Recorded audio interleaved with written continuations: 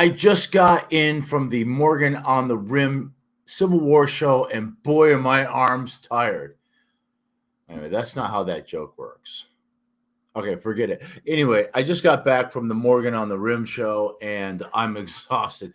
I wanted to show you my hat so you can see the uniform, but I don't know if you know this, but it's actually against military regulation to wear your headgear indoors. At least it was when I was in the service. So if you know me personally, you might know that I have the habit of removing my hat every time I enter a building, and I will do the same here, but I wanted you to see the hat first. Anyway, so I just spent 3 days working a table, working my booth at the Morgan on the Rim Civil War show, and it is absolutely exhausting, exhilarating. Had a great time, but it's also exhausting. And why is it tiring? Well, first of all, you're on for 3 days nonstop. So I get in. The show each day opened up at 9 o'clock, and so I wanted to make sure I was there by 8 o'clock. And for me to be able to do that, I get up at 5 in the morning, which I normally do anyway. But get up at 5, but it's harder when you're hungover on Saturday and Sunday morning. But I had to get in. I got boxes and boxes of books. I have 4 novels now, so I think I had 5 boxes worth of books to bring in there. And you got, it's not just your books. You got to set up your table. I have I have toy soldiers. I set up a display, all that kind of stuff. And then a lot of it is the day is I've detected a pattern. And when I do any kind of show or any kind of event like this, it always works the same. I usually do pretty well. It's always worth my while. I usually do pretty well.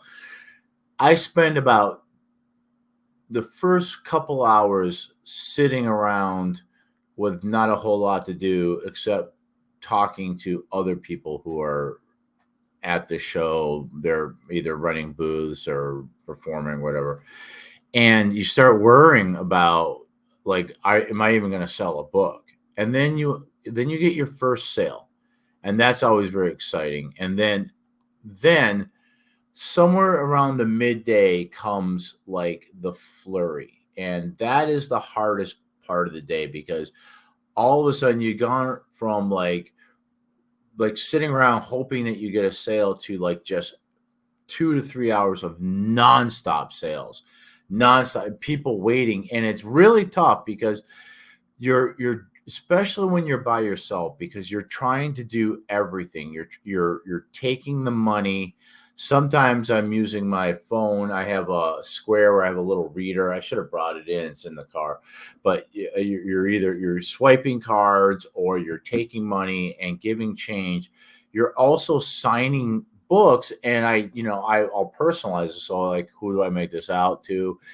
And then meanwhile, you're surrounded by people, and some of which are waiting to buy your book, and everybody is talking to you all at the same time. And so you're trying to give everybody equal attention. People, I get, the joke is, okay, I get, it's either people are telling me that their grandkid is because I always play the fiddle. That's part of my gig. I'll play fiddle while I'm sitting at my table, and I also will play it for different parts of the event. But either their grandkid wins awards playing fiddle, or their great great grandfather was in the Civil War, or bonus, you get both stories about their amazing grandkid and their amazing great great grandfather. So it's and I will tell you this too, and a lot of people do not believe this about me. And I know I'm going to tell you something about me, and you're not going to believe me. And I know this is true because no one ever believes me unless they really know me very well, very deeply. Okay, you ready for this? Are you sitting down? Because you're not going to believe this. I am an extremely introverted person. I know. You don't believe it, do you? I spend most of my time in complete isolation. I live by myself. I rarely have any company by design. I have very few friends that I actually interact with outside of social media, that I talk to, or do anything with. I am very much a loner, and very comfortable in hours of silence and isolation. You have to kind of be that way to be a writer of novels, because writing novels requires an ability to focus and be by yourself for hours in silence and in deep thought. I'm that way. I, like my mother, do a thing that's maybe I'm not saying the person that people see out in public isn't legitimate or was authentic, but we put it on. We put it on when we're around other people. So people think that I and my mother, Nancy Thompson, are these like gregarious, happy, full of life, full of conversation people. It's not an act, but it's a suit that we wear. And as soon as we get into our house and get out of our outside clothes and into our house clothes, we completely shut down. I actually wanted to do this live. I decided when I was driving back from the event, I was like, I better do the live right away, because if I spend any time unraveling, I won't be able to do it, because I am absolutely burned out to a crisp. And a lot of that is talking to people all day long. And once you finally get a break, and this is what's really hard, is once you finally get a break and you're trying to like get caught up on your bookkeeping or your social media posts, here comes someone else. And what's the worst is, I mean, I love people, I love talking to them, it's great, but like the worst is the person that comes over to your table and has absolutely zero uh, zero interest in buying any of your books. They just want to tell you about their grandkid who wins fiddle competitions, or their great great grandfather who was in the Civil War. And the worst ones are the ones that have no intentions of buying your book. But what they do, let's see if I can give you an example of this. But what they do is they'll come over and they'll pick up your book. Oh, Civil War, huh? And usually they got like, barbecue sauce on their fingers and, hamburger grease or whatever they've been drinking. Oh, and they take their drink and they put it right on your table, right next to your book, and it's all full of condensation. I actually bring a TV stand and put a sign that says, please put your drinks here, so that they don't put their soda pop right next to my books where it gets knocked over and destroys my inventory. Then they'll take my book and they'll go, huh? And this, I never understand it. They'll take the book and they'll thumb through it. They're not going to buy it. They're just going to, with their greasy fingers, they're going to thumb through it. And I don't know, they're looking to see if every page has words on it, like just to make sure I'm not selling like blank books. They're not reading anything. They're like, Civil War, huh? My great great grandfather was in the Civil War. You want to hear a story? I'm like, no, actually, is there a line that I could stand in for not hearing a story about you? No, I'm just kidding. I want to hear, if you ever come up to me, I do want to hear the story of your great great grandfather and about your kid who wins competitions playing the fiddle. No, I really do. I enjoy talking to people, but it's a lot for a guy who's spends 90% of his time completely alone in silence, thinking and writing, and sometimes driving a car and listening to podcasts and books on tape. So it was a great experience. So what is Morgan on the Rim? So Morgan, I should have done better preparation. I know who he is, but it's in my notes. He's a Confederate cavalry leader, much like Nathan Bedford Forrest. Very famous for like going behind lines and kidnapping federal officers and all sorts of hijinks and heroics. And there was a battle there in Ridgetop, and so this festival, it's always in October, and it's 3 days long, and it's great. It's a really good time. They have all sorts of reenactors, both Union and Confederate. Most of these guys know each other, which I found this is really interesting, very interesting. I found that most of these actors are not one or the other; they do both. Most of them are from the South; they live here, but they do both federal and Confederate. And the reason being that a lot of them do federal is, I mean, there are some who truly, I mean, that have ancestors who fought for the federal side, the Union side, the Northern side. And this is really interesting that I think a lot of people don't understand about the American Civil War. We tend to think of it as geopolitical, like everybody in the North were pro-Union, abolitionists, all that. Everybody in the South was pro-slavery and pro-secession and whatever. People were all sorts of different flavors of those things on both sides. There were many people in the South who were against, whether they were abolitionists or not, many were against secession. And there were a lot of pro-Union, both abolitionists and non-abolitionists in the South who fought for Union. The state of Tennessee, I think there were 80,000 volunteers from Tennessee who fought for the Federals, fought for Union. And another little thing I should clear up as well: the term Union and Union Army and Union soldier and all that, those are terms that we started using after the war. During the time of the war, they were Federals. And so if you read my book, I don't think I mentioned Union as far as like the Union Army or Union soldiers a whole lot, and probably not at all in some of the books, because that's not the word they used. But they were Federals.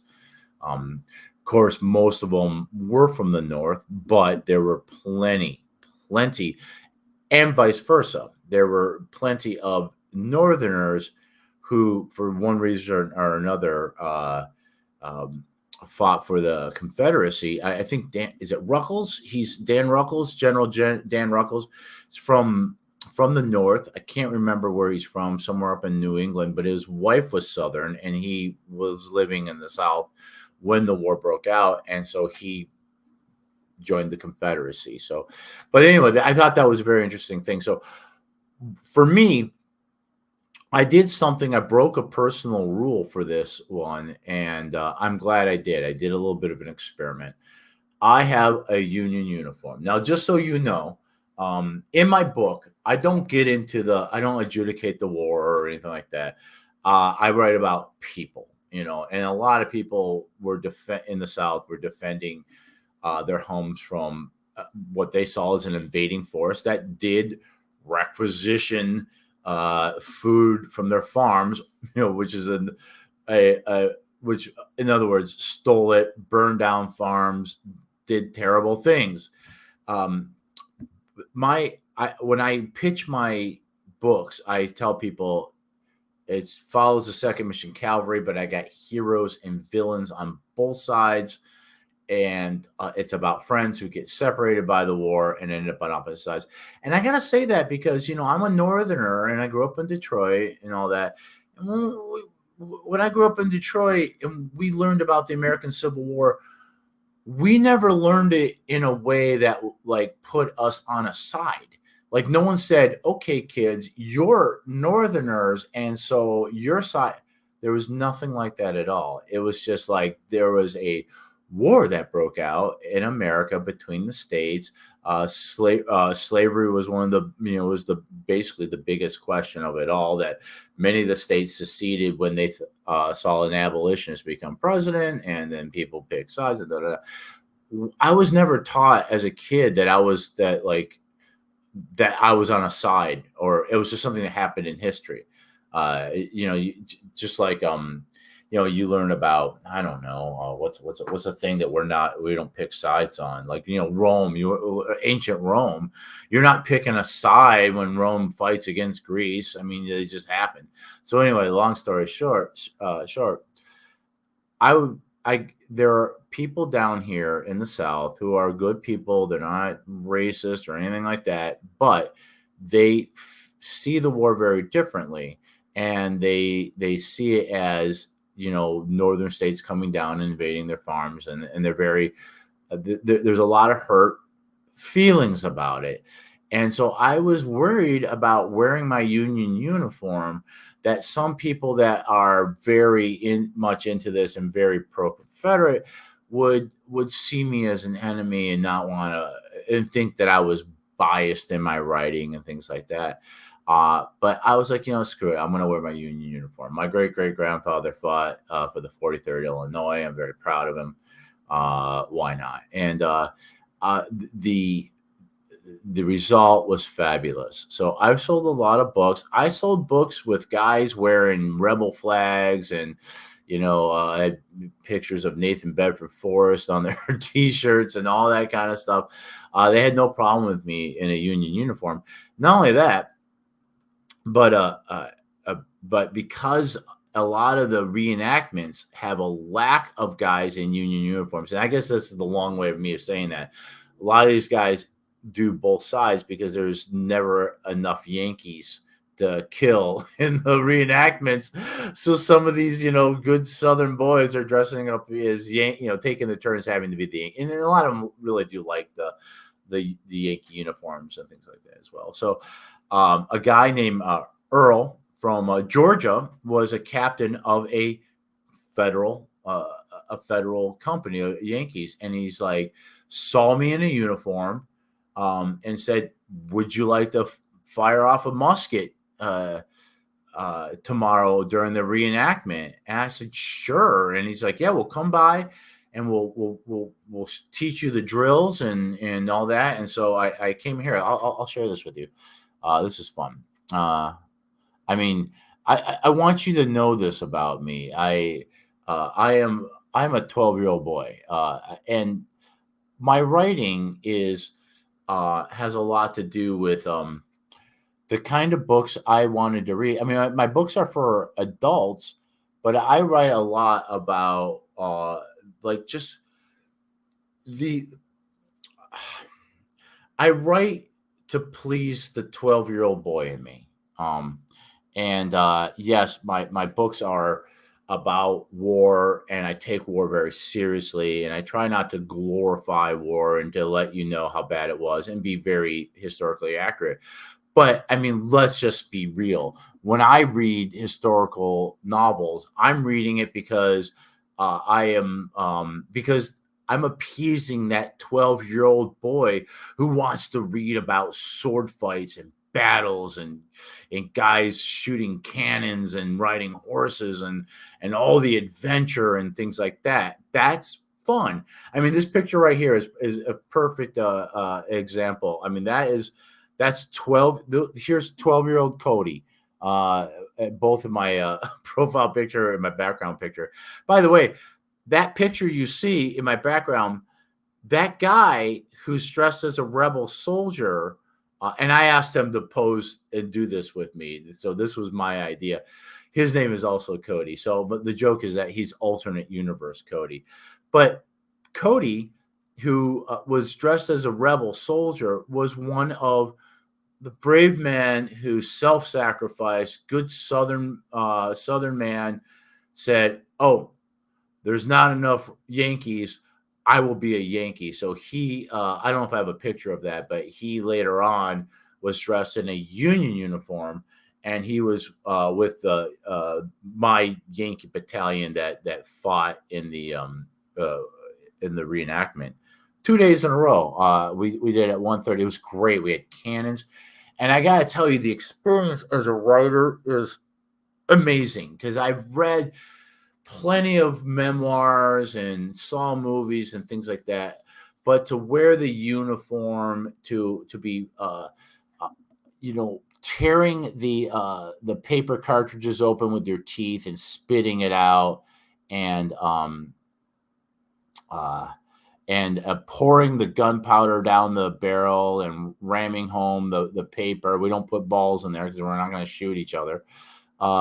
It's just it's an amazing experience, and it's one thing to do that at the gun range. It's another thing when you're on a battlefield and you're getting commands from your officers and your sergeants, and people are firing guns all around you, and they're firing cannons, and there are guys in rebel uniforms who are your enemies on the other side of the field. There's something very just it's a neat experience, and trying to I mean, first of all, it is quite a balancing act of like tearing off the thing, the paper cartridge, pouring it into the barrel, ramming it home, pulling it up, half cocking, pulling out the little tiny cap, and the same kind of caps they used back then, putting on the firing pin, pulling it back up, all while listening to the shouts and orders of your officers and your sergeants. And meanwhile, there are guys firing at you. There's cannons booming. It's great. So here I am in my uniform. Now, I will say, I my uniform has captain bars on it because, college education, I'm going to be an officer. But I don't deserve to be an officer in the reenactment because I don't have the experience of leading reenactor troops in battle. So I was functioning as a private, and they even said, "You got another coat, or do those come off?" And I said, "No." And they're like, "Okay." I go, no one in the audience knows that I'm wearing captain bars on or cares. Let's see what else here. Here I am. This was at Ridgetop Station Park, and they got this caboose. And part of what we were doing is in the reenactment, and I don't know much about this battle, but apparently the battle was that rebel cavalry attacked a federal supply train, and there were feds that were on the train as guards. They started fighting off the rebels, and then more reinforcements came in, and I can't remember who actually won. I think maybe the Federals. So there I am.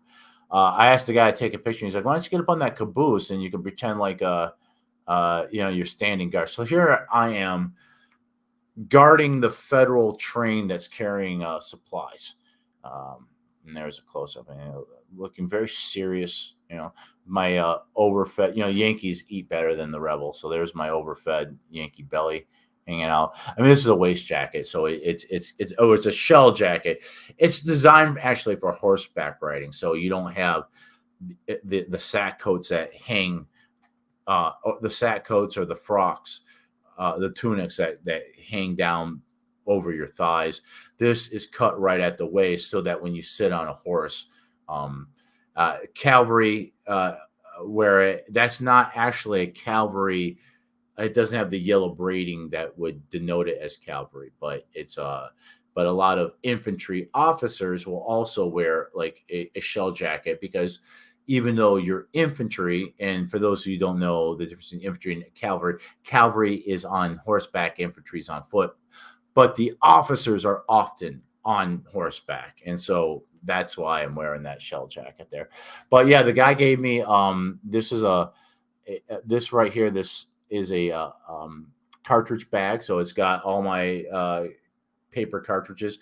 They're basically, the cartridges are just like, it's folded paper with black powder. It would have black powder and the ball, and what you would do in real life is you tear off the tip of the paper, pour the black powder in, and then there's a ball there, or a mini ball which is conical shaped.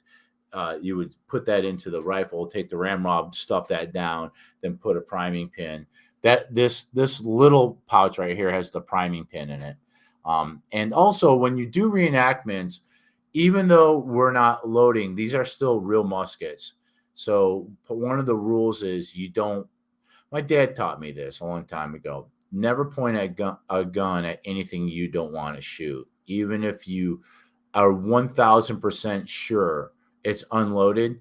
Always consider every gun loaded, uh, even if you're damn sure it's not. Never point a gun, loaded or unloaded, at anything you don't want to shoot. And so when we do the reenactments, we always hold the barrels up. So just what if something was in there? What if accidentally a ball, you grabbed the wrong cartridges, and you had one that had a ball in it, and you accidentally shot someone. I mean, it'd be terrible. So you never point a gun at at anybody. So there I am. I like that picture so much. I made it my profile picture. So a couple things on the first day, I shot like um, I shot like 33 rounds, and I didn't realize that the ammo bag had two levels. And I when I ran out of ammo, I told the sergeant next to me, I'm like, hey, I'm out of ammo. He goes, all right, go ahead and die. I go, okay. So I waited for the next volley from the rebels, and I went down. And I was happy to do so because I was fat and old and tired. So I lay there on the ground, and it was a really weird experience. And and everybody I told this to, they were like, "Yeah, you should write about that." I'm like, "I'm totally going to do it." So I'm dead or dying. I'm laying on the ground. There's a couple other guys. So I guess they just kind of pick some guys like, okay, you die, and you just die. And then you wait till the battle's over, and then they yell, resurrect, and you get up. And so I'm laying there. I covered my face a little bit so I could keep the sun off it, but I can see, and I'm just listening to the battle. And, when we started the battle, even though I had seen the guys in the rebel uniforms walking around and know some of them and talking to them, I mean, hell, I had sold books to some of them. All of a sudden, it was a weird feeling because they were all of a sudden the enemy. And as I lay there in the middle of the field, the rebels started surging forward. And I'm laying there and I'm thinking, my God, here they come. And I'm on the ground, helpless. And it was just for a second there, I was scared. I was, I was afraid, and and they came right up where I was, and they were standing, and there was a guy standing like right next to where my dead and dying body is, and he's firing, and it was just a weird feeling. The other thing is that both sides had cannon. I think both had at least three or four guns, big cannons out there, mountain howitzers, 8-inch howitzers. They had maybe a Parrott rifle out there. I don't know. They had, but both sides had multiple big guns. And I love the cannons. I love the boom. And I write about this in my books a lot of people, because I experienced this when I was in the Army. When the artillery was shooting, you might not even hear it, but you'll feel it first. And so I like to write like where my characters were getting closer to the battlefield and they're feeling that percussive punch in the chest. And then as they get closer to the battle, they're beginning to hear the booms of, in fact, the Crown Prince, Friedrich Wilhelm, who is the Crown Prince of Prussia, who is in my book, The Prussian Prince, that is coming out. See how I work in, self-promotion there. He talks about at the Battle of Kronogratz, as they were approaching, at first feeling the artillery, then hearing it, and then as they got closer, they were beginning to even identify individual guns being fired. So when you're at an event and they're firing these cannons, and they're just shooting the charge. There's no ball in there. They're not shooting any projectiles, but they're still stuffing it full of black powder and firing it. It's much bigger than as you can imagine, the musket. I have an Enfield musket there in my hand. It's a big boom. You feel the punch in your chest. There's a big puff of black smoke, and And you definitely and I've been at shows where they'll fire the cannons like once an hour, and a car alarms will go off in the parking lot because of that shockwave. Well, that's always very impressive, but it's a completely different experience when you're lying on the ground, and because usually you're standing on the ground, so you got 2 feet that are in contact with the earth, right, and you're also feeling the percussive wave in the air, but there is also a wave, uh, a kinetic wave that rolls through the ground as well. And when you have most of your body in contact with the ground, wow, do you feel those cannons? And at one point, sometimes the cannons are firing one at a time. They're just firing at will, charging it, firing. Sometimes they'll wait till all of them get charged, and then they'll do a cannonade where all 4 cannons fire at once. So I'm lying on the ground. So cannons are probably about 300 yards from me. I probably got, actually, in both directions, I got Federal 300 yards behind me and the Rebels 300 yards in front of me. And the Rebels fire all at once, and it shook the ground. And it was just, like I said, it's one thing when you're standing on your feet, but when you're laying on the ground and they're firing the cannons, what an amazing experience. So I was over the moon about this. And then Earl, who lent me his rifle, one of his rifles, he's got multiple rifles. And actually, because he's a captain, he doesn't really carry a rifle. He carries a pistol and a saber. Taught me how to clean it. So I cleaned it afterwards. And then he's like, you want to do it again? Because we did this on Saturday.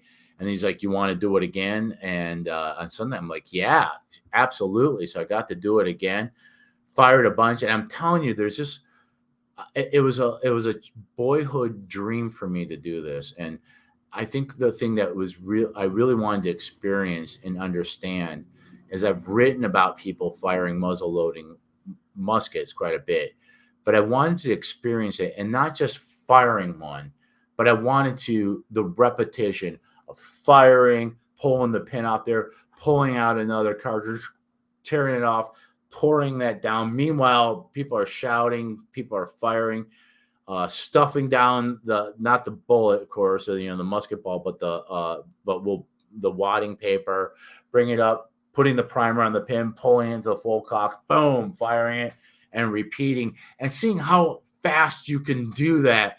And sometimes we're on the move, so we're marching forward, and I'm doing all this stuff because I want to be ready, because if we get volley fire, great experience. I recommend it for anybody, but especially if you write 19th century or even earlier warfare in which they're using muskets.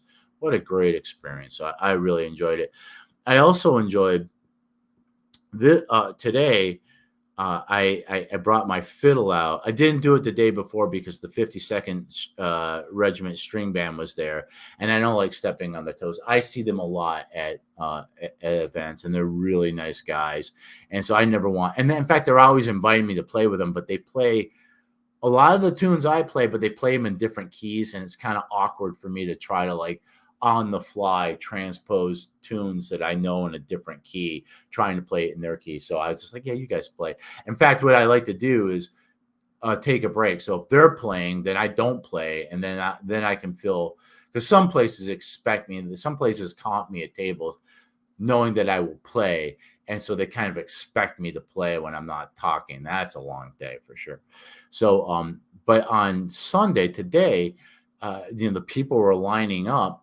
So once my regiment or my battalion got in position, we were just going to be sitting around for 20 minutes. So I said, hey, I'm going to go warm up the crowd. So I got my fiddle, and we have caution tape, and everybody's away from off the field, so that the horses and the cannons and everything, they're not in the way. So I walked along the row of people and just played, I played Dixie and the Battle Hymn of the Republic and all these Civil War stuff, and the Shook for Well. And people really got a kick out of it. People were taking video, and they're taking pictures, and they were enjoying it. I walked over to there was a couple Rebel cavalry guys, and I came over and I played Dixie for them, and they really liked it, and it's a nice thing to do. And then we did the battle. Oh, and I want to tell you one other thing about Friday that was interesting. So Friday I was killed. Today I did not die. In fact, today I was put on prisoner detail, so I was marching prisoners, and a couple of them ran. So we fired at them. Of course, we didn't point at it, but a couple of them tried to escape, and we fired upward. And of course, the guys, went face down as if they were killed. It was just great. But my very first experience doing this was yesterday, and I died. And I told you how I got kind of scared when the rebels marched up and I was basically amongst the enemy. When they said to resurrect and get up, I went to get up, and a guy in a Confederate outfit, uniform, an officer came over, and there's all these people watching from the side, on the other side of the caution tape. And he came over and he put his hand out and he lifted me up, and then he put his arms around me and he hugged me, and we hugged each other. And I hope people took pictures, because I think it might have been it was a neat moment for me. Because in the end, there are all sorts of, things to argue and things like that. And unfortunately, with the American Civil War, unlike, thank goodness, the Austro-Prussian War, no German or Austrian is going to be mad at me. But I just feel like you have to constantly walk on eggshells when it comes to the American Civil War, on both sides of not just the war, but also the current unfortunate culture war that we're all in. So you're trying not to get canceled, and you're trying not to offend people who's like, hey, my great-great-grandfather fought against the Yankees because they burned his freaking, farm down and stole his crops. And, when I wrote about the Mexican War and I wrote about the Austro-Prussian War, you don't have to worry about these things. So I think that there's still a lot of reconciliation going on, and I'm proud to be a part of it. Like in my books, I have heroes and villains on both sides. One of my favorite things I do is they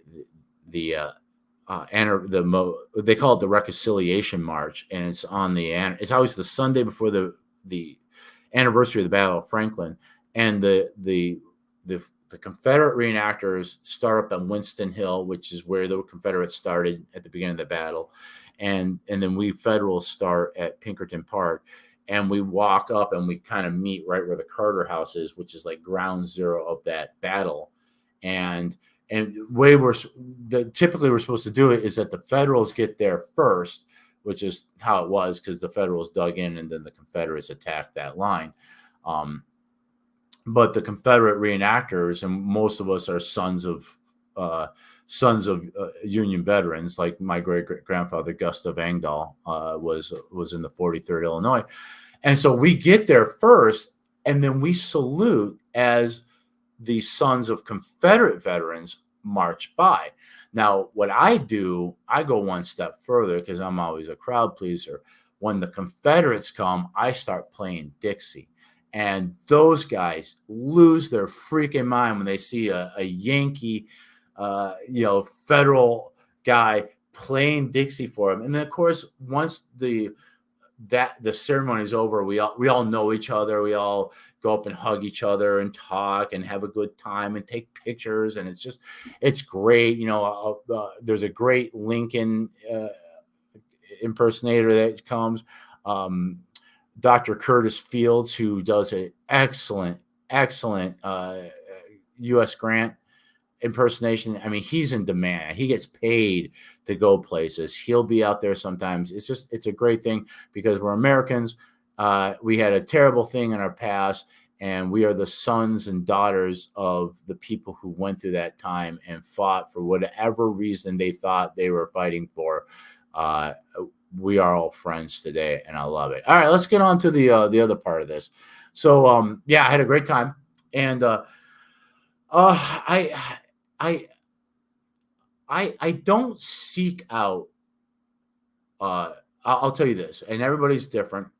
When I first started writing, my goal was I didn't want to get involved too much in direct sales. I would have been happy to done everything completely through Amazon. Because Amazon handles the money. They pay me every month. I get a royalty check from them. I sell books all over the world. I think I've told you guys many times. I make more royalties in the UK than I do in the US. They love the American Civil War up there, and I love them for it. I mean, and you may think that's kind of weird, but think about this.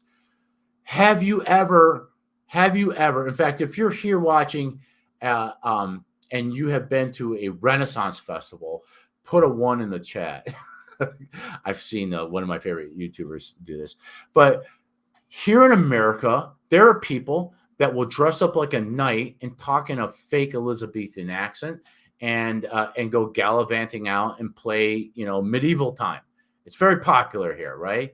So it's no different, but that is the history of people in Europe and in the UK and Britain.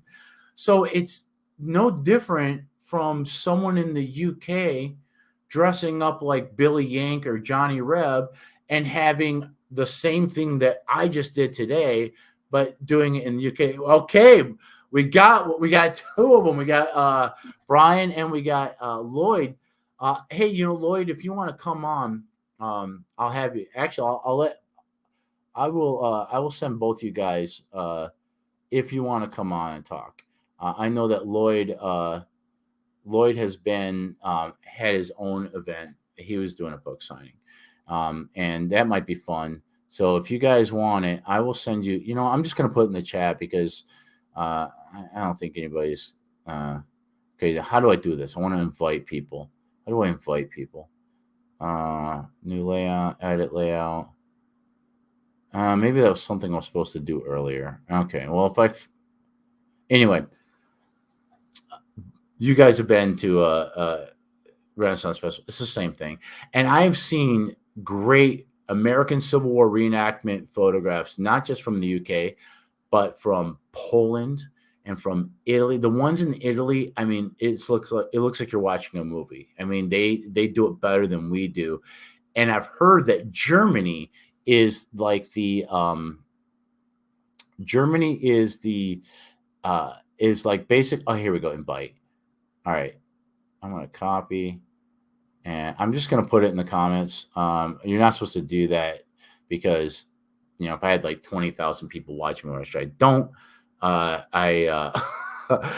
everybody would be jumping in, but, since I'm small potatoes so far, if you guys want to come in and talk, because I know Brian's writing a book or contemplating one, of course, Lloyd is an author with multiple books out. But so I really didn't want to get involved in direct sales. But then when I got my first book out, there was people, friends and family who said, I want a signed copy. So I started buying author copies from Amazon, and which basically Amazon will sell you author copies at cost. And I don't know what the reasoning behind that is, but they're not that interested in making a profit off that. I guess they figure as long as you're keeping people coming to the site, they're happy. And that happens a lot too. You do a public a signing, and people who didn't buy your book there still end up buying your books.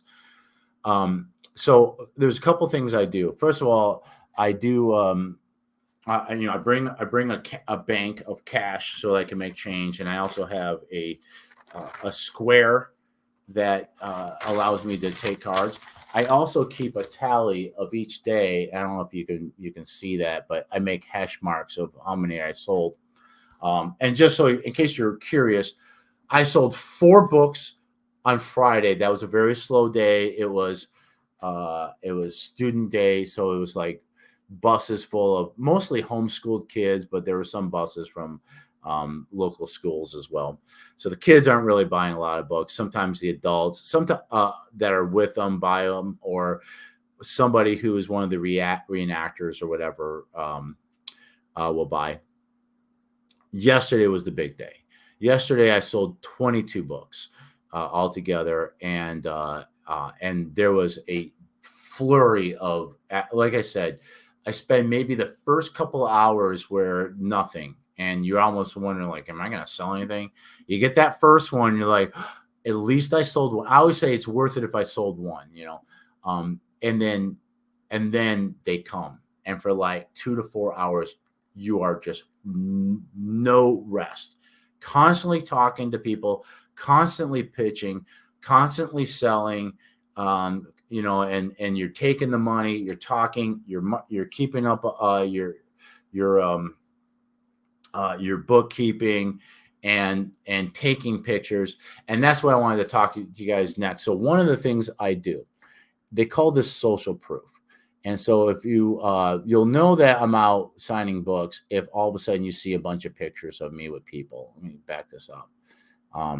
Yeah, this is the first book. And like I said, this woman is actually works at the park there. So she's one of the presenters. So the very first stuff you're going to be selling to like other people who are working there or presenting there, whatever. And then the crowd comes in. But what I do is not only do I keep a record here, let me show you the more impressive one. This is from yesterday. So this is where I was, and you can see like I have Rampage, Perils, Blood, and Mexico. And then I have different pay like Perils $10 or $12 because I sell them all for the same price as you would get them at Amazon because I don't want to undercut Amazon, but I give deals. Like Rampage is $10, Perils is $12, but if you buy both of them, I'll give it to you for $20 for both books. Blood for Blood is $17 just because it's such a big book. It costs more to make it, but I'll give you all three for $35, and which is basically getting Blood for $15 instead of $17. And then the fourth book is $14.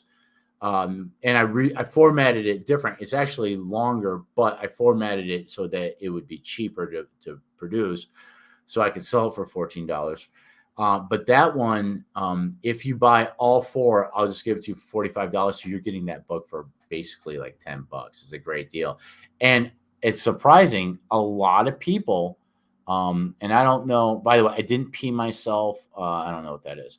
These ladies here, they didn't buy a book. They just wanted to take a picture with a Union soldier. So there you go. This is Cody, and we staged this. I got captured. But what I like to do, and see here we are getting along with each other. What I like to do though is that when I sell a book, I ask the person, this is Vance. Vance is a Confederate reenactor. And I say, can I take a picture with you holding the books? And almost everybody says yes. There was a woman that came out last week to my event last week, and she's like, you can take a picture of the book, because she knew what I was doing with it, but not a picture of me because I don't have makeup on. I understand that. So I take these pictures for two reasons. And it's not just my ego, which I guess three reasons. Ego. But the two reasons why I do it is, one is called social proof. And what social proof is, and you see this in advertising all the time, what social proof is showing people that other people are buying this book, and look how happy this guy is. He just bought Blood for Blood at Nashville. He's excited to go home and read it. And so I constantly take these pictures and load it onto social media. I put it on Instagram, Facebook, the stories, and Twitter, because I want my followers. I have over 3,000 followers on Facebook. I want them to see, maybe you've been watching me for a while, and you know I'm a writer, and you don't know if I'm any good or not. I haven't really looked into it. But on a certain day, you're seeing these pictures of all these like nice looking normal people buying my book. I mean, look at these girls. Look how nice they are. Buying my book and looking happy. And you think, look at all these people buying his book. Maybe it says it's actually pretty good. He's doing pretty well out there. You know what? I think I'm going to buy his book. I'm going to go to Amazon and buy his book. See what I'm saying? So you create like this, you create, it's not an illusion, but you draw this picture of, look at all these people. And I'm really proud of this. I have like I say, I wrote to the 12-year-old boy who wanted to go on adventures and be in sword fights and fire muskets. A lot of my readers are women, and I'm telling you, not just first time. They don't just read Rampage on the River and then they're like, yeah, that sucked. And a lot of my readers are women, and they come back and they read Perils and Blood, and then they read Mexico, My Love. I will say this: women read more. It's just an absolute truth. Hey, there's Lloyd. I'm gonna bring Lloyd in. He's It's funny because are you in? I think I'm in. You're in. All right, great. Lloyd had an event at, where was your event on Saturday? It was at the Gallatin Public Library. Okay, and that was how'd you do? How was it? It was all right. I mean, a public library is a lot different than a bookstore or something that you would do. A lot of people who come into libraries don't expect to spend money. Right. Yeah. So, but Yeah. it's a great library Yeah. and a lot of nice people. So I would do that again, but Yeah. I like the bookstores. Yeah. Bookstores. I've never done a bookstore. Well, no, I guess I never have. I will do the, I'll say this. I don't know about you, and everybody's different, and nobody's right or wrong. As I said earlier, my focus is Amazon sales. Right. And so I am very grateful for every direct copy. In fact, my royalty is, as you probably know, is much higher when I sell it myself. But I can't sell the volume that Amazon can sell. I Right. can't do direct sales with all my readers in Britain, for example. So it's ultimately better for me to do that. All the things I do, I don't seek it out. People say, "Hey, would you like to do this thing?" And I say, "Heck yeah." But that would be really cool for you, wouldn't it? To like in the future, next couple of years, maybe yeah, I go guess. to England and Oh God, yes. So my friend Darren Rollins, who runs he runs the London Civil War Roundtable, and by the way, especially if you're in the United States, there is a Civil War Roundtable somewhere near you that you can join, and I think they'll meet like once a month or every other month, and they'll have speakers, and it's just where people go and they share their academic love for the for talking about the war. And you can also join a Sons of Veterans. Even if you're not a son of a veteran, you can be an auxiliary. But I guess for me, I get invited to a lot of things because my thing is very niche. So American Civil War is very niche, and I provide more than just I write books about that thing. I'm also a fiddle player, and the fiddle gets you invited to the dance. But one of the reasons why I do so well at my events is like you said, you're at the library. People are not walking into the library with money to buy a book. In fact, the reason why they're going to the library is to get free books. So it's kind of counter to the whole reason why they went there in the first place. Right. But I do Civil War events or Civil War music. Like last week, I was at the Lowe's House, which is it's a museum. So people coming to the museum or going to the Civil War event, it's an event. And so when they see someone who's written books about the thing that the event's about, well, this is a way for them to bring a piece of it home with them, I guess. It's a souvenir. Right. You go, you want to buy something. So it works out very well. So all these people, I now understand. I watch Ethan Van Sciver quite a bit, and I understand why he says, "Oh, let me check this, check the chat," because it's easier for me to scroll on this. But So, and I think you do this too, don't you? When you sell a book, don't you take pictures and post them? I try to, if my courage is with me, I do it. Then there are some days when the introvertedness of myself is too much. Yeah, yeah, it's it's hard for me to do, but I like to. yeah. Um, It's easy for me because I'm an egomaniac. Oh, I want to talk about this too. I'm going to leave that up there. This is an author, by the way, and she actually didn't buy a book, but there's a reason why I have her posing with a book. But we'll get to that in a second. But okay. yeah, I'm an egomaniac camera hog, so I got no problems with that. But so there's two reasons, and I take two. Oh no, you're there. Okay, never mind. I thought someone came up. Um, One is social proof. So by showing my followers on social media that look at all these people buying my books. Some people who've been on the fence say, look at that. Look at all these nice people. For example, look at all these women. I mean, most of the people who bought my book were women. Look at all these women. I thought he wrote war books. Maybe I might like this too. And you might go on Amazon and buy it and It find, might be because you're also a ruggedly handsome man. well, thank you very much. Holding on to the last bit of it. I lost quite a bit of my hair and I'm getting pretty Yeah, but good. this right here is. I It, wish it, I could do that. yeah, I will say it's a blessing and a curse. When I was in the Army, they used to make me shave at noon because, you get up at 5 o'clock in the morning, and you shave and you go running and everything like that. By noon, I had a shadow. And I spent my entire like 20s. My friend Norm said I had the hot grubby sex look because I was always like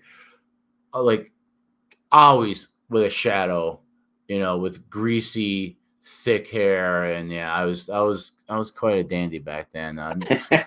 But anyway, but so it's the social proof. But the other thing is what I was talking about, and I don't know if you have this problem, but I get flustered because, like I said, the first couple hours, like nothing. And then for like the middle of the day, for like 2 to 4 hours, it's nonstop people buying.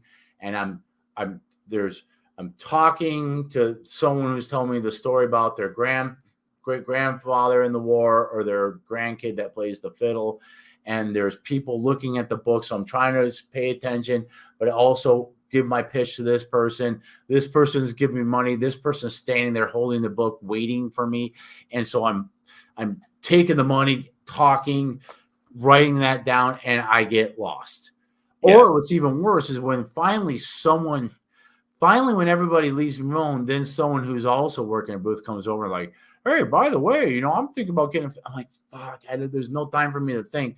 So sometimes what I got to do is I'll literally go through the pictures and say, okay, this person bought one, this person bought the whole set, so I can update that because sometimes I can't remember if I put a hash down or not. Right. How do you keep Good track? idea. Do what? How do you keep track when you're selling books? I have Mindy. I wish I had Mindy. Unfortunately, I have Laura. And oh, come on. no, I'm just kidding. Laura's great if I can get her. But Laura is, She's busy. Laura and I don't live together. Right. And Laura's got a lot on her plate. She's got an ailing mother she's got to take care of. And the other thing is too is that Laura just gets bored. I mean, she's seen me do my talks a million times. The poor girl has to listen to me talk about myself all the time. She doesn't want to spend the whole day listening to me talk about myself to people. So she does it every once in a while. If she can do it, she can. And it's wonderful. And I will say this as well. Laura sells books because she's beautiful. And having this beautiful Appalachian flower next to me, it legitimizes me. It makes me look like a little less as a creep. Like look, this nice lady, She's sitting there trusting you. You can trust me too. Exactly. I'm someone that can be trusted. I got a nice, pretty, freckled face, ginger girlfriend, all American girlfriend. It just she enhances the whole image, and I always do better when she's there. But she's also very good at.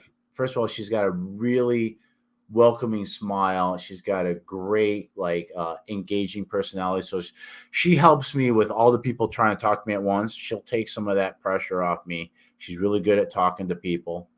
And she's really good with details. So she's good at keeping the books. And usually when she's with me, I don't know if Mindy does this, but Lord does all the money. Like, yes, pay her. That way I can at least just talk and sign, which in and of itself is tough. Yes. In and of itself.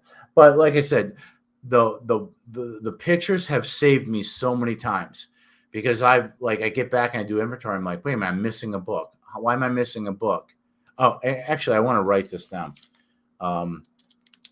Rampage. One gift. Okay. To back up what I was talking about a little earlier today, a guy Earl not only lent me his rifle, but gave me a cartridge bag full of cartridges. And I fired off 33 rounds yesterday. I don't know how many I fired off.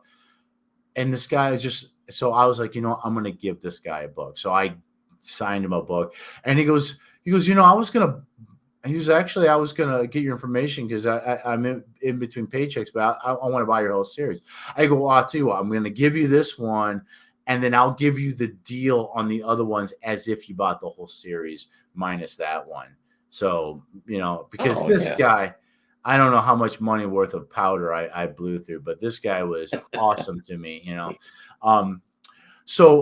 Anyway, so Jeannie, Jeannie, right? You met her. Did I? Because you came out. By the way, everybody, Lloyd is a great friend and supportive fellow author. He's been out to a lot of the things I've done. I met Lloyd because he bought my first book and came out to one of my events and had me sign it. That was the first time I ever met you in person. And but the one thing I really love about the literary world and that I learned very quickly and have emulated myself. Emulated. Emulate something completely different. Is that authors really look out for each other and are helpful.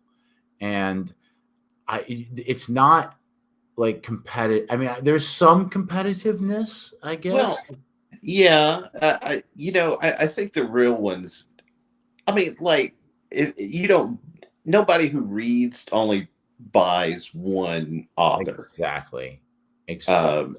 Yeah. I mean, sometimes you have to choose which book you want to get, but I'm going to get the other one later. Right.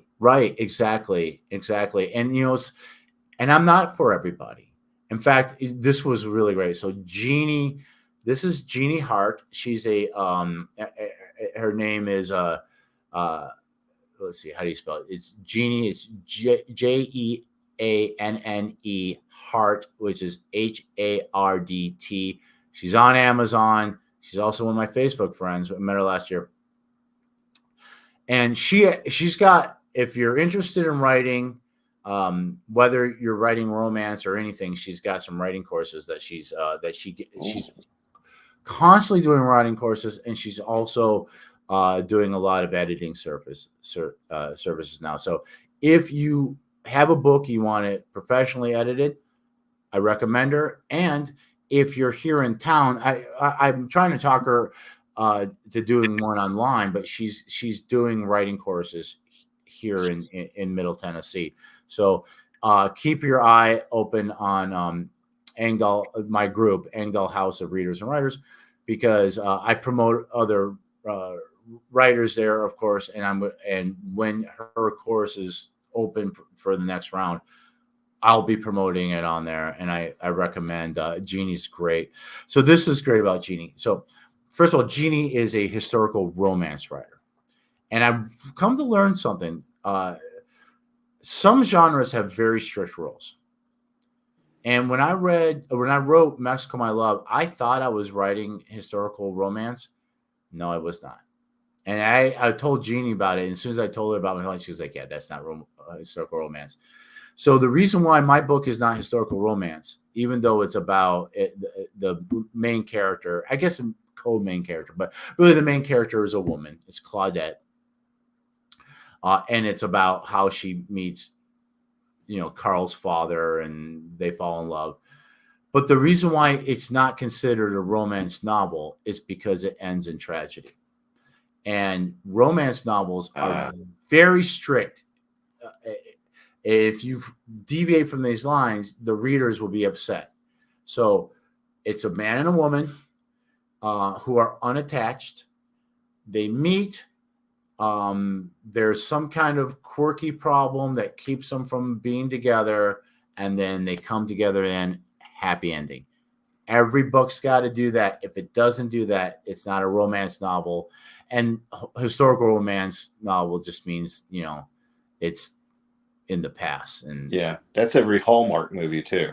Exactly. It's got to follow those tropes. And my book is more of a swashbuckler adventure that features a love. As I say, it's a swashbuckling adventure and a tragic love story. And the reason why I'm not spoiling it, it's the prequel to my series, in which that Carl's father is not around when he grows up. That Carl lost his father his father was lost in the Mexican War. So this is the book telling that story. And because the reader knows that, I thought it was fun to have it being foretold with gypsy fortune telling, which in the book it's presented as it could be real, or it could just be the imagination and coincidence with the characters. I never make the magic overt, but it's there if you believe it, or maybe you think it's just, what I'm saying? Like, it's never like it is there. It's just like, it's the way you interpret it. So like the characters are trapped in this like Greek tragedy, in which like this tragedy foretold is coming, and they know it's coming. They don't know how or when, but they feel it. And the whole book is just drawing you to this point, the point of tragedy. But anyway, back to Jeannie. So Jeannie writes historical romance, and I write historical military novels. And so we thought it was really interesting because we're the only two authors there this year, and we shared that front room, and we ran the gamut. So my joke was, she writes about the love, I write about the hate, and there's something for everybody. So you come in, and like a lot of the ladies like the romance stuff, you might not want to read about cannons and saber fights. Her books might be a better choice for you. Or my books might be a better choice. So I think between the two of us, we were providing full service. And what was really interesting, we had several people who bought all of my books. I bought all 4. Wow. And then bought, she's got 35 novels. Oh, wow. And she doesn't even have them all with her. But went over there and bought 2 of her series. So amazing when we did that, where we had both of us were making the sales, but we're not competing against each other. So this is a really beautiful thing about Jeannie, and I love her. So I got got drafted into reenacting with the Yankees, because there's always more rebels than there are Yankees. So they needed every guy Yankee in uniform to come out there and take a bullet. So I can't work my table. And so I told Gene, I go, if anybody wants to buy it, take the money, no problem. I mean, she just can't do the card because I have my phone with me, whatever, but she can take the cash. So I came back. She sold a book. She sold Mexico My Love. And she's like, here's a 20. I gave her the change. I changed the 20. The person bought it from. But the full story is, and this is what really, it makes me actually a little nervous. But the full story is, the person who bought that book is one of her fans. So an avid fan who comes and sees her, everything she does, this fan has read all 35 of her novels Wow. and said, I'm going on a trip and I've read all your books. Do you think any of his would be good for me? And Jeannie says, yes, I think this book, Mexico, My Love, now it's a tragic love story, but I think if you like mine, this will probably be good for you. And the woman says, yeah, that sounds great. And it's my longest, 124,000 words. So yeah, Jeannie talked one of her fans into buying my book. She's which awesome. It makes me a little nervous because Jeannie's operating at a higher level than I am. She's got 35 novels. She pulls in, I mean, I think she told me she had a month where she had like 2 million page reads in a month. Wow. And when we talk about page reads, for those of you who don't know, like you get Netflix where you pay monthly and then you can watch all the movies and shows that you want that are on Netflix. Well, Kindle Unlimited works the same way, where you pay a monthly fee and then you can read all the books that are available. If you're an author like me or Lloyd or Jeannie, if you're an independent author, you want to be on this because you don't make as much money when they read it on Kindle Unlimited. I think the rate is a little under a half a penny a page. Yeah. But here's the thing. The people who are reading your books on Kindle Unlimited for a little cheaper than what you would make if they bought it would never buy your book anyway. They're never going to buy your book because they're on Kindle Unlimited. They pay a monthly fee to read what's on there. So you might as well get some money from these people because you're never going to get that full royalty from them anyway. And actually, I think Blood for Blood and Mexico, My Love are long enough that the royalty is almost comparable, maybe even better if they read it through Kindle Unlimited.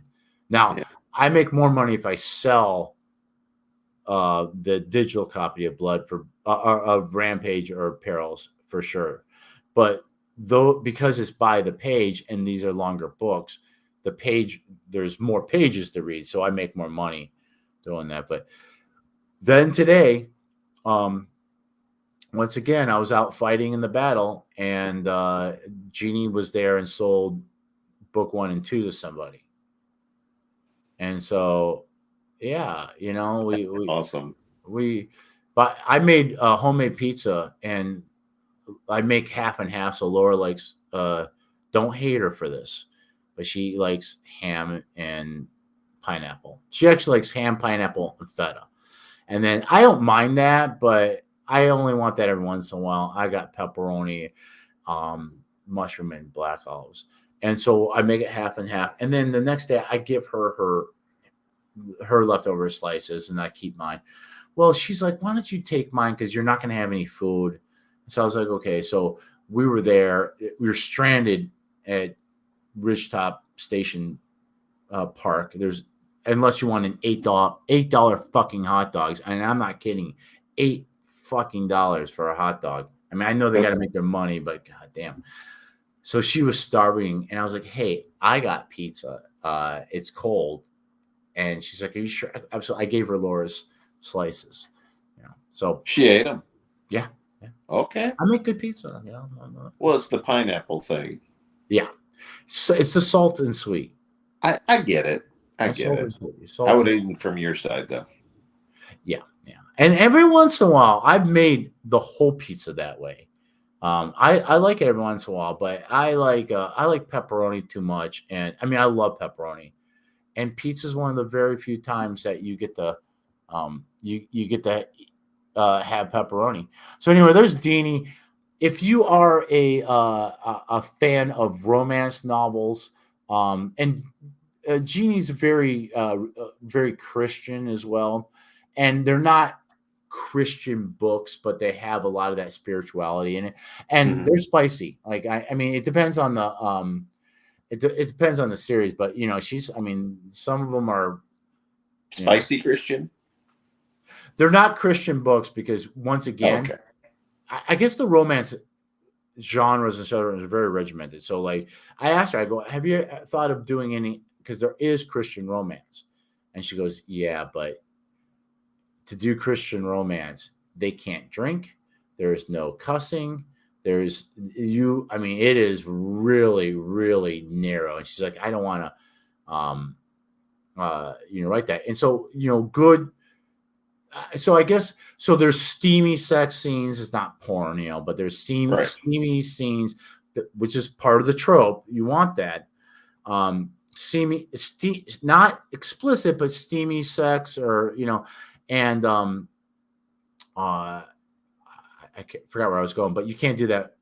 I'm saying in her books, but yet there's Christian spirituality in it, but it's not a Christian book, if that makes any sense. I mean, Okay. Yeah. And I think also, I'm not a Christian, but I'm very, I'm very, I love my Christian friends. I'm very tolerant of whatever you are, man. As long as but I will say that anytime they put Christian in front of something like Christian rock, Christian romance, Christian whatever, it always means that the second thing is kind of a inauthentic version of it. Yeah. You know what I'm saying? Like you could have rock and roll that has a Christian message in it that's good. When they die and they lay me to rest, gonna go to the place that's the best. When that song, I'm going up to this, but it's not Christian rock. It's a rock tune that has a Christian message in it. And that's you see what I'm saying? Yeah. Could you sing that again? Are you messing with me? Yeah. When I die and you lay me to rest, gonna go to the place that's best.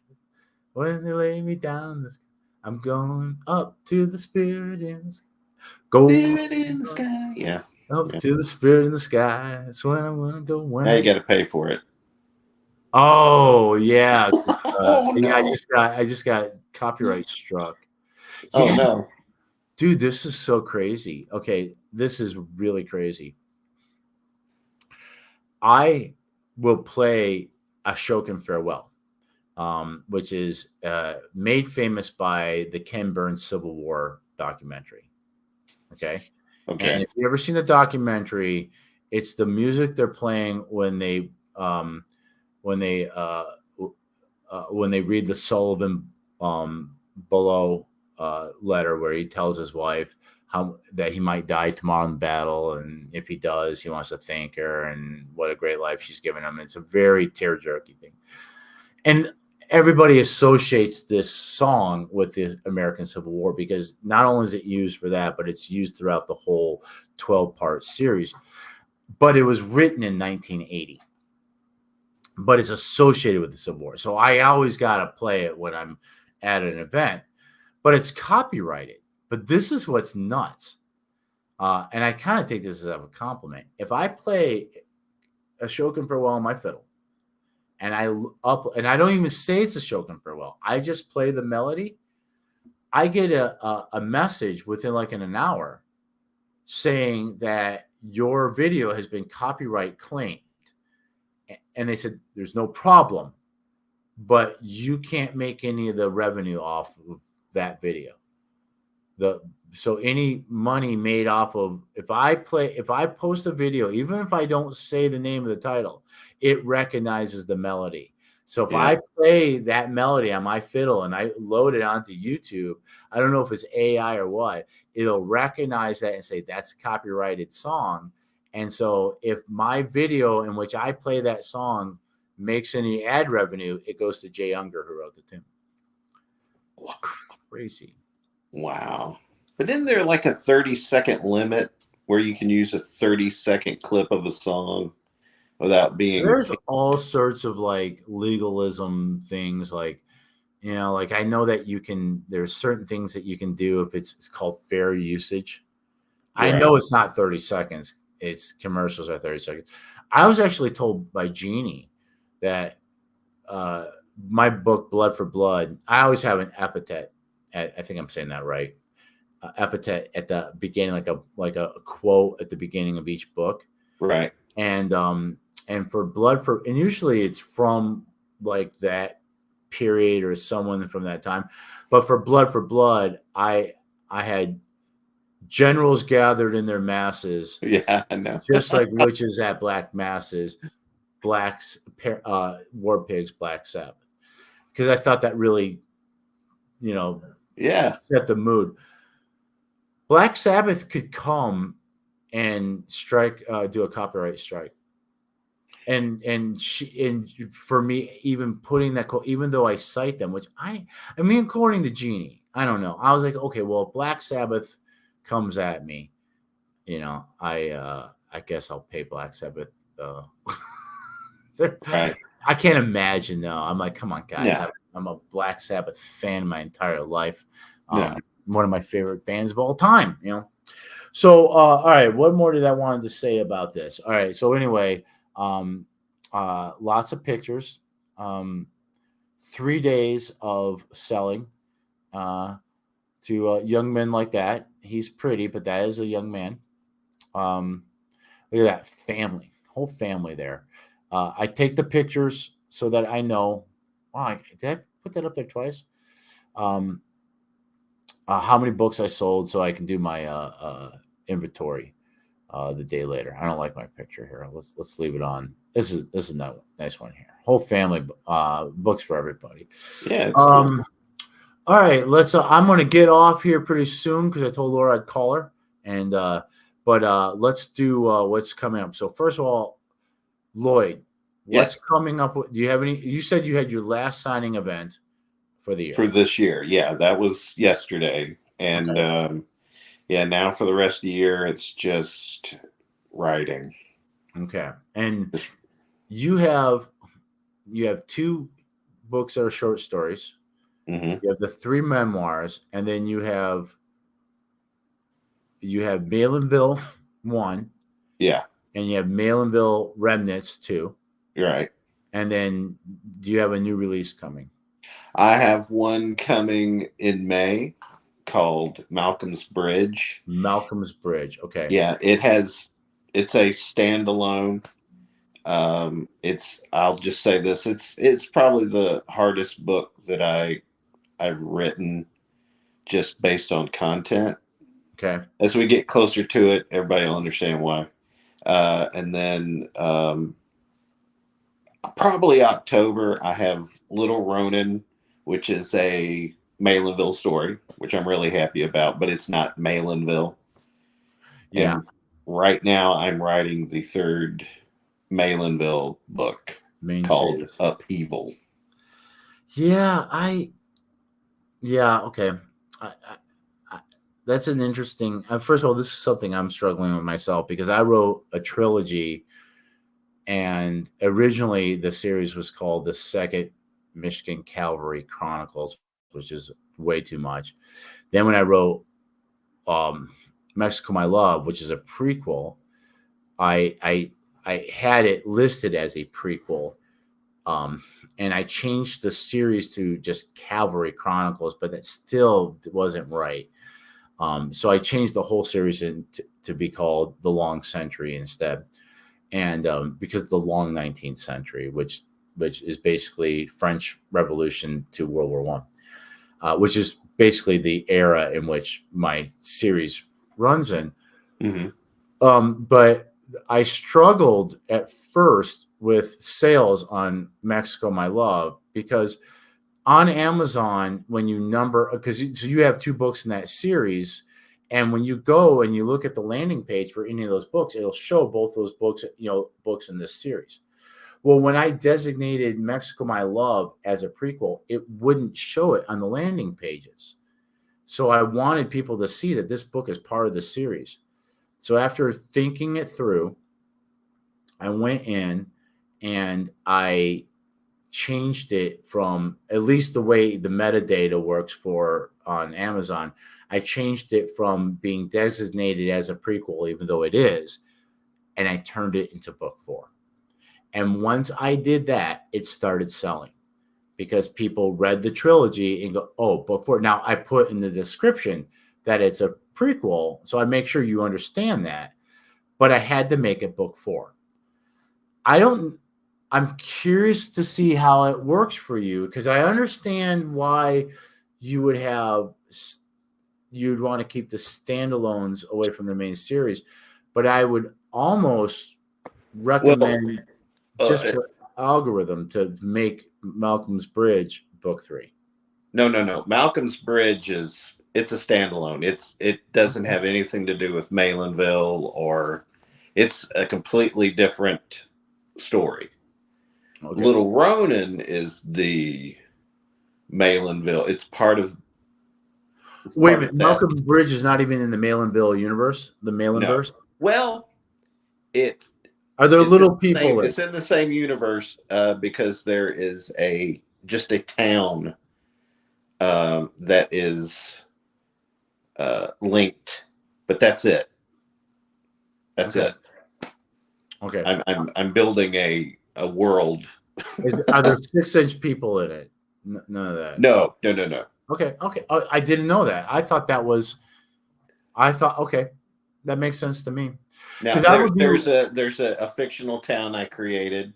I'm not going to say what town it's based on, but it's called Rogers Dell, and that name will appear in Malinville just because it's a few miles away. But other than that, it's completely separate. When is Malcolm's Bridge coming out? May. Okay. May. And you don't have any signings booked at the moment? No. Okay. All right. So for me, as far as events, let me pull up my calendar so I can look here. So I had these 2 events. I don't have any like specific book signing events, but on I do actually in December. So on November the 26th is a Sunday. I would be part of the Battle of Franklin March of Reconciliation, and that's the one I talked about, where the sons of Confederate veterans march from one place and the sons of Union veterans march from another place, and then we meet right in front of the Carter House. It's a great. And I play the fiddle. I'll be in uniform. I'll be marching with the Yankees. On the 30th, which is that following Thursday, which is the actual anniversary of the Battle of Franklin. And just so you know out there, the Battle of Franklin is featured in my book, Blood for Blood, at Nashville. And Nashville is the marquee battle, but that's the end of the book. The book is full of battles. It's an epic book that ends with Nashville. So I'm always going to be attached to the Battle of Franklin and the Battle of Nashville and all the other battles I write. So that is going to be, it's a week from Thanksgiving at the Lotes House. The Lotes Museum is the very first brick and mortar to ever carry any of my books, and they still carry them to this day. And JT, who owns it, he has a candle lighting ceremony at twilight, because the battle, if you're unfamiliar, basically happens at sundown. And so we commemorate all the people who died, the Confederates, the Union, the civilians, all the lives lost and ruined at that. So he has me out there, and I'll play. I don't know do I play Dixie in the battle hymn, or maybe I play Amazing Grace, which I played today. Actually, it's some commemorative ceremony at the end. Then on December 1st and 2nd and 3rd, I will be at the Middle Tennessee Civil War Show in Franklin at the Franklin Ag Center. I'll be doing load-in. I'll be there all 3 days at the Sons of Union Veterans table. And it's a deal I worked out with them. I volunteer to work the table They have other people there too, but I volunteered to be there for most of the weekend, and they let me sell my books at the table. Smart. And the other part of it is that I play the fiddle and I play Civil War tunes, so I attract people over to us with the fiddle playing. I always sell. Not only do I sell a lot of books at that, but I also get a lot of invitations to do book talks at Sons of Union, Sons of Confederates, Civil War, all that. Yeah, it's gonna be a busy week there, and then that's it for that. And then I think I'm done for the year. And then I believe I will be speaking at a Sons of Confederate uh, in Germantown, which is what do you call it, a suburb of Memphis, on Thursday the 18th. And it's even though it's Sons of Confederate Veterans, it's open to the public. So if you want to, you're that way, you want to come out. And they're really nice guys. I've done talks with them before, and I'm going to talk about Civil War, four of my favorite Civil War generals in the Mexican American War. We're going to talk about General Lee, General Grant, Gordon Granger, and Braxton Bragg. And then the thing after that, the next thing I got is the first weekend in March. It'll be my third year there, the Mid-South Civil War show. They invite me back every year because I play the fiddle. They give me a table, and this is the first year that they're going to actually have me present. So I'm going to be doing my brief history of American Civil War through fiddle tunes. This is at I can't remember the name of the town or the convention center that we have it, but it's a convention. It's just south of the border, just like a 20-minute drive from downtown Memphis. So that's what I got as far as appearances that I can think of. As far as writing, I just finished writing the penultimate chapter 23 of The Prussian Prince. I can see the light at the end of the tunnel. There's a good chance, because I'm not working tomorrow or Tuesday for my side job. There's a good chance I am going to finish the narrative, the rough draft of the narrative for The Prussian Prince. Nice. And I'm very happy with it. I'm very excited about it. Once I do that, I need to write the foreword, the acknowledgement, and finish writing the historical note. Once I have that and I assemble it all into the first full rough draft of the entire novel, then the editing process starts. I will be, I don't know, I'm not putting any pressure on myself. I'm kind of looking at the beginning of the year, like maybe even January 1st, but we'll see. But I will. I mean, Laura still has to read it, right? And your mom. Yep, exactly. So I will be going, and actually I'm putting in this extra step for me. So this time when I get done, without doing a whole lot of heavy editing, I'm just going to read through the whole thing to see how it flows. And there's a couple things that I want to go in and insert and flesh a few things out. So I'm going to do that. And then once I do that, then I'm going to start my formal editing process where I go through it with a fine-tooth comb. Then I'll hand it to Laura. She prints up the whole book, and then she takes a red marker to it. And Laura has got excellent grammar, better than me. And she's an excellent attention to detail. So she finds all the grammar, the misspellings, the typos, all that kind of stuff. Then I do all her changes. Then I send it to my mom. My mom goes through it as well. My mom's an English major. She was a TV commercial producer for her entire career. She now works for like a kind of a conservative nonprofit. My family are all crazy. And I'm not, and if you are one, I mean, I know where you are, Lloyd, but if you're watching this, I don't care. I cannot stress that enough. I mean, I care. I vote. I pay attention to what's going on, but I'm never going to tell you how to vote. I don't care who you vote for. I don't care who you sleep with.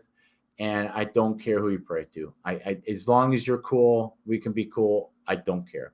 But my mom, my sister, Michonne, is one of the 16 people in Michigan who is probably going to. My sister is probably going to go to federal prison. We're just hoping that she doesn't go for more than it, very long. I hope she doesn't go at all. But Right. Michonne was the me and Michonne are each other's dark secret, because Michonne is, and I'm not the liberal. I'm outing myself here. I'm not the liberal version of Michonne because I'm more of a centrist. But Michonne was the party chair of the Michigan GOP, and she was involved in trying to bring, as she puts it, alternate electorates for Trump during all that.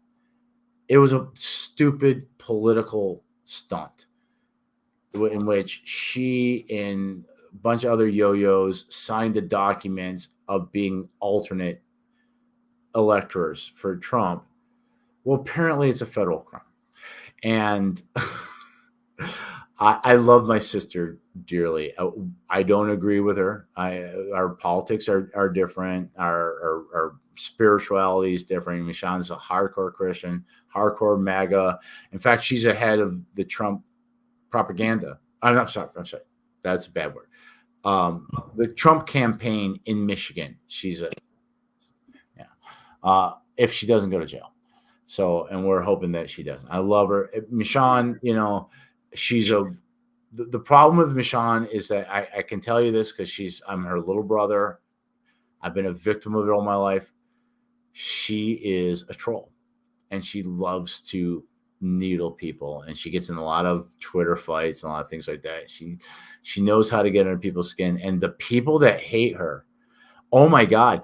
I played her, was it her son's wedding?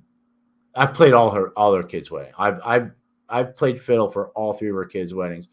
It was her daughter's wedding.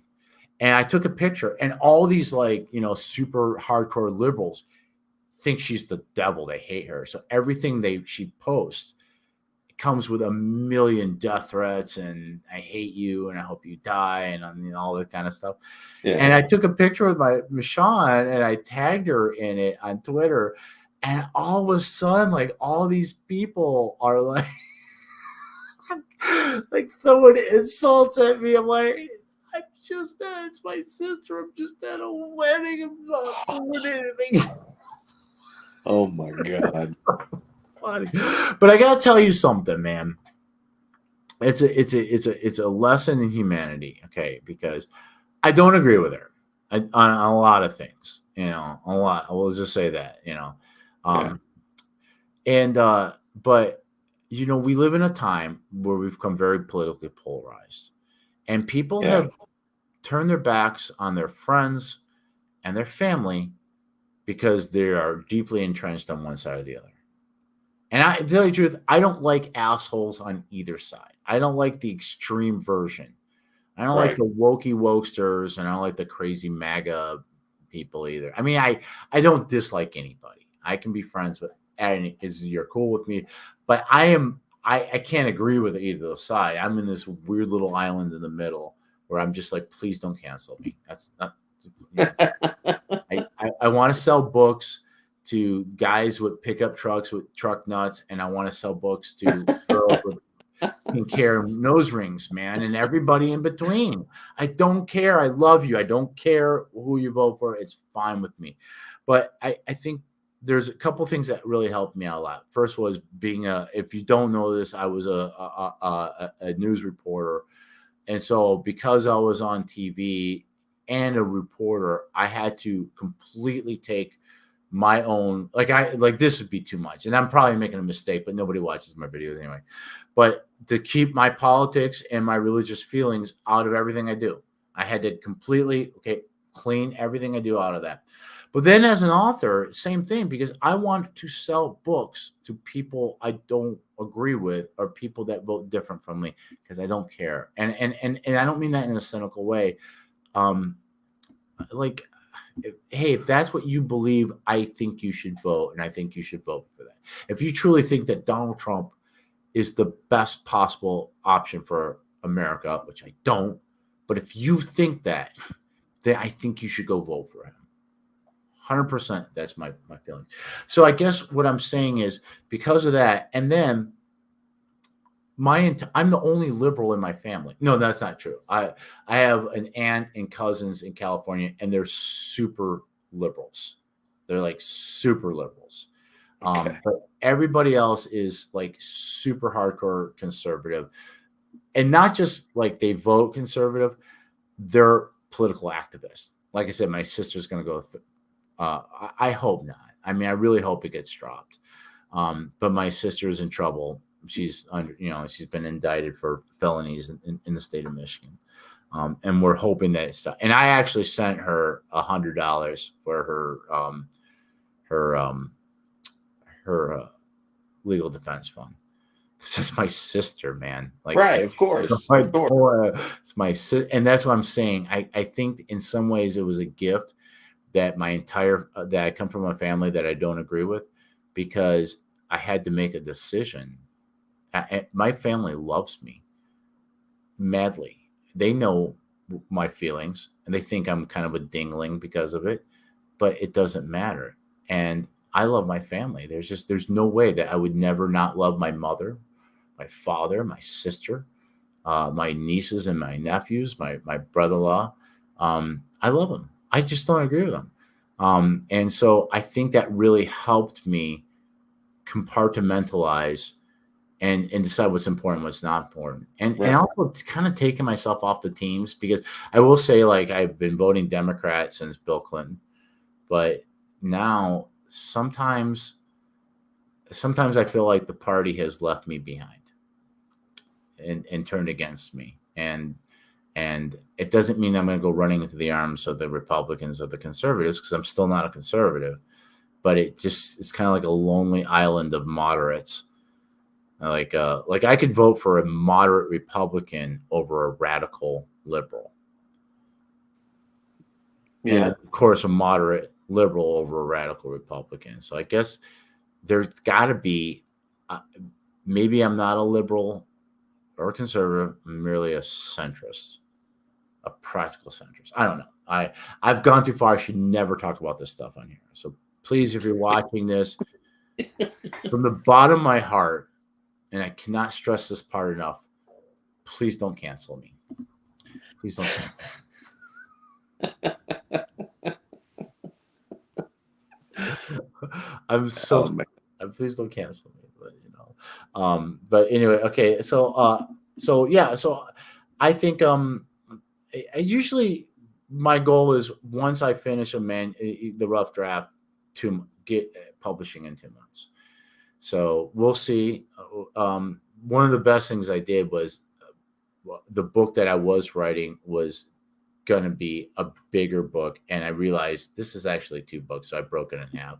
So I'm writing The Prussian Prince now, and then there's and there would have been a time jump, so there would have been a part 1, and then a 3-year time jump, and then part 2 in one book. That was, once again, going to be like 120,000 plus book.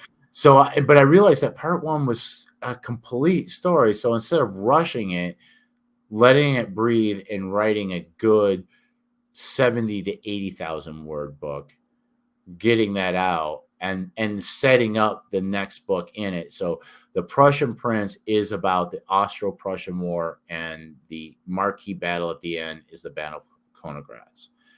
The next book, we're working on a title.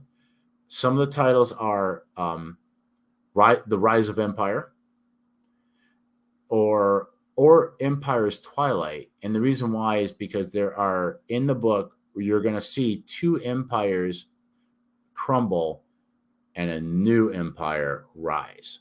So if anybody hearing that, I like that one, Empire's Twilight.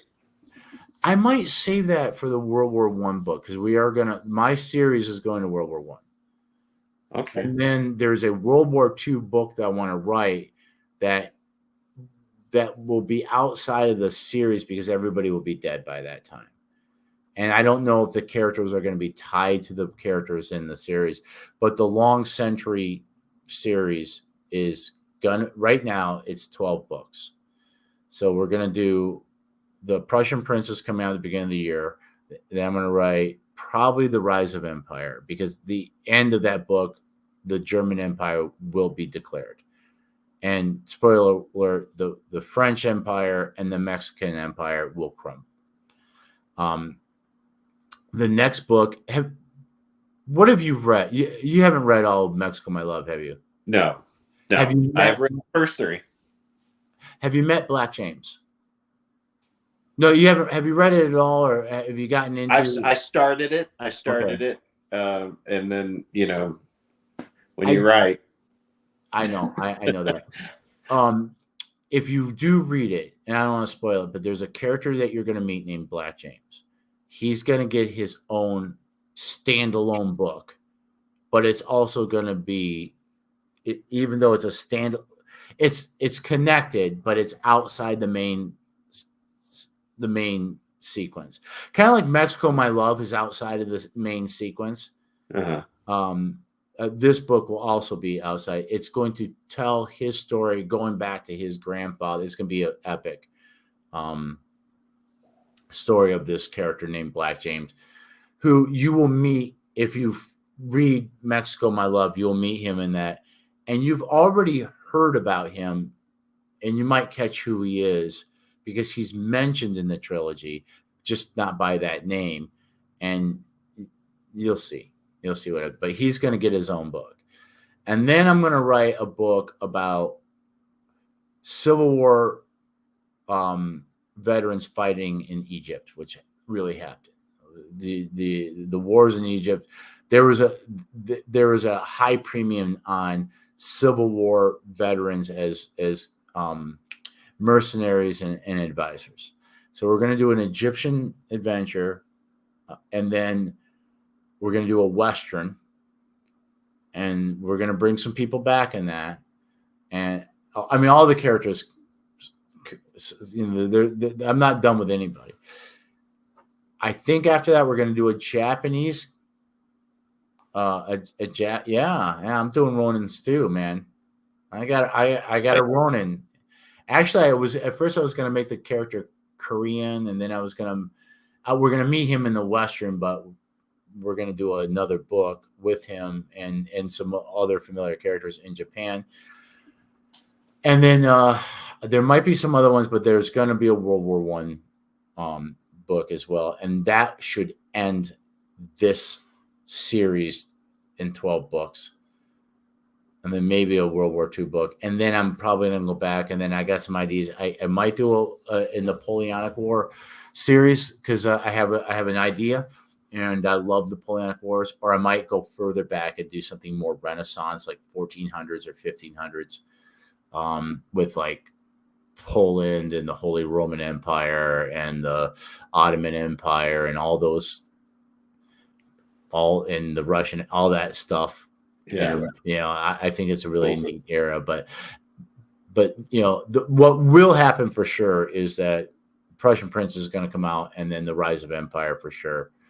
And Black James, though I'm absolutely committed to those. Unless if someone said, Mr. Engdahl, we're going to pay you $1 million to write six Civil War novels for us. Okay, I'll go back to that. Yeah, done. But as far as I know, I'm pretty much committed to that. So anyway, you got to go to bed. Are you? Oh, I'm past bedtime. I'm so sorry. And by the way, feel free to. Anytime hey, good, I gotta go. So I want to, hold you down, but I'm going to go. I told Laura I was going to call her after this, and she's waiting on me. Everybody, thank you so much. I love you guys. Check out Lloyd Elmore Jr.'s book. You can find him. There's the spelling of his name. Find him on Amazon. I have read the Spaces Between Spaces. Or not a the, though. No, the spaces between spaces. The spaces between spaces. There you go. Okay, and Malinville. I read both of those. I can vouch for them. They're good. And of course, you know where you can find me. And keep reading. And I don't know. I got no official goodbye, so I'm going to say goodbye. Love everybody. Love each other. And I'll probably be back next Sunday with another live stream. Bye, Cody. Bye, Lloyd. Nice seeing you, man.